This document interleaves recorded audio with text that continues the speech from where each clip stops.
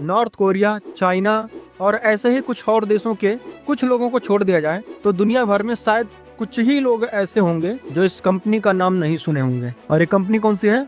Google. Google के already बहुत सारे प्रोडक्ट्स हम लोग यूज कर रहे हैं, जैसे कि Google Chrome, Google search, YouTube, Google drive, Google images, Google पे और ऐसे बहुत सारे प्रोडक्ट्स हैं जो हम लोग डेली लाइफ में अभी यूज कर रहे हैं।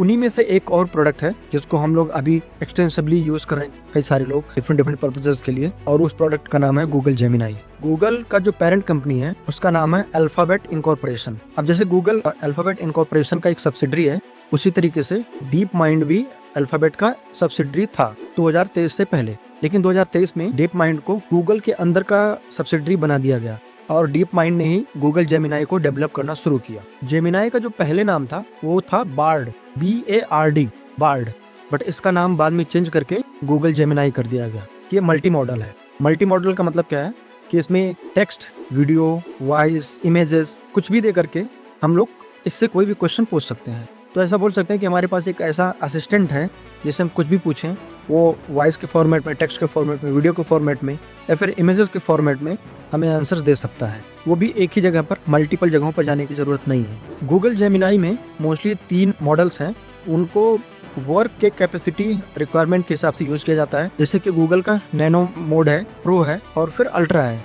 तो डिपेंडिंग अपॉन की क्या कैपेसिटी रिक्वायर्ड है एक टास्क के लिए, हम इनमें से कोई सा भी मॉडल यूज कर सकते हैं और उनके अलग अलग डिफरेंट प्राइसिंग्स हैं।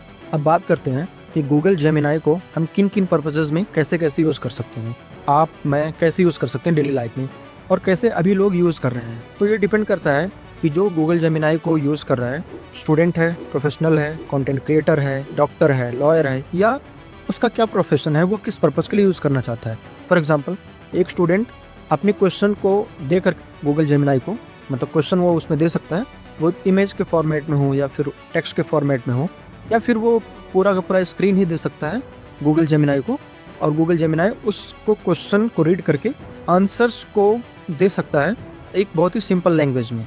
अगर गूगल जेमिनाई को हम बोलें कि ये क्वेश्चन है और इसको मुझे एक क्लास 5 स्टूडेंट मान करके मुझे इस क्वेश्चन का आंसर मुझे समझाओ स्टेप बाय स्टेप कि मैं इसको कैसे सॉल्व करूं, तो गूगल जेमिनाई वो स्टूडेंट को बता सकता है। एक स्टूडेंट के लिए एक पर्सनलाइज्ड असिस्टेंट की तरह काम करेगा, एक पर्सनल टीचर की तरह, जो स्टूडेंट को समझता है और उस स्टूडेंट के हिसाब से ही आंसर देता है। तो हो गया स्टूडेंट के हिसाब से। दूसरा हो गया प्रोफेशनल्स। अब प्रोफेशनल्स में अगर मैं बात करूँ इंजीनियर्स की, तो कोडिंग करते टाइम बहुत सारे एरर्स आते हैं। उन एरर्स को समझने के लिए और उन एरर्स को दूर करने के लिए हम उन एरर्स को गूगल जेमिनाई पे डाल करके समझ सकते हैं कि इस एरर का क्या मीन है और कोड में क्या इशू आ रहा है, कैसे हम फिक्स करें। उसी तरीके से अगर कोई लॉयर है, सपोज लॉयर है, तो लॉयर क्या कर सकते हैं, कोई रूल की अगर उनको अंडरस्टैंडिंग नहीं है तो वो फिर गूगल जेमिनाई से पूछ सकते हैं। लेकिन इसमें एक कैच है जो अभी इसके बारे में बात करता हूँ कि गूगल जेमिनाई हमेशा सही आंसर्स नहीं देता है, तो पूरी तरह इस पर डिपेंडेंट भी नहीं हो सकते हैं। डॉक्टर्स भी ऐसे इसमें हेल्प ले सकते हैं रिसर्च पेपर्स के लिए या फिर अलग अलग कामों के लिए।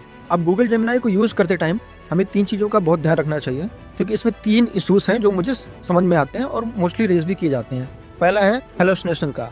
हेलोसिनेशन में क्या होता है कि आप पूछेंगे कुछ और ये आंसर कुछ और देगा। दूसरा है बायस्ड होने का, कि सपोज आपने 2 पॉलिटिकल पार्टीज के बारे में पूछा, तो एक पॉलिटिकल पार्टी को ये अच्छा बता सकता है, दूसरे को बुरा बता सकता है, बायस हो सकता है एक पार्टी की तरफ। तीसरा इसका प्रॉब्लम है कि ये डेटा लीक कर सकता है। जैसे आप कोई डेटा दे रहे हैं तो उस डेटा को स्टोर करके किसी और पर्पज़ के लिए यूज़ कर सकता है। तो जो भी डेटा हम दे रहे हैं गूगल जेमिनाई को, उसको बहुत ही ध्यान से दें कि हम क्या डेटा दे रहे हैं और उस हिसाब से उसको यूज़ करें हम। लेकिन मुझे लगता है कि जैसे जैसे डेटा मिलता जा रहा है इन मॉडल्स को, ये ट्रेन होते जा रहे हैं, धीरे धीरे प्रॉब्लम्स भी दूर होते जाएंगे। तो एक टाइम के बाद ये प्रॉब्लम्स काफ़ी हद तक कम हो सकते हैं। Thank you.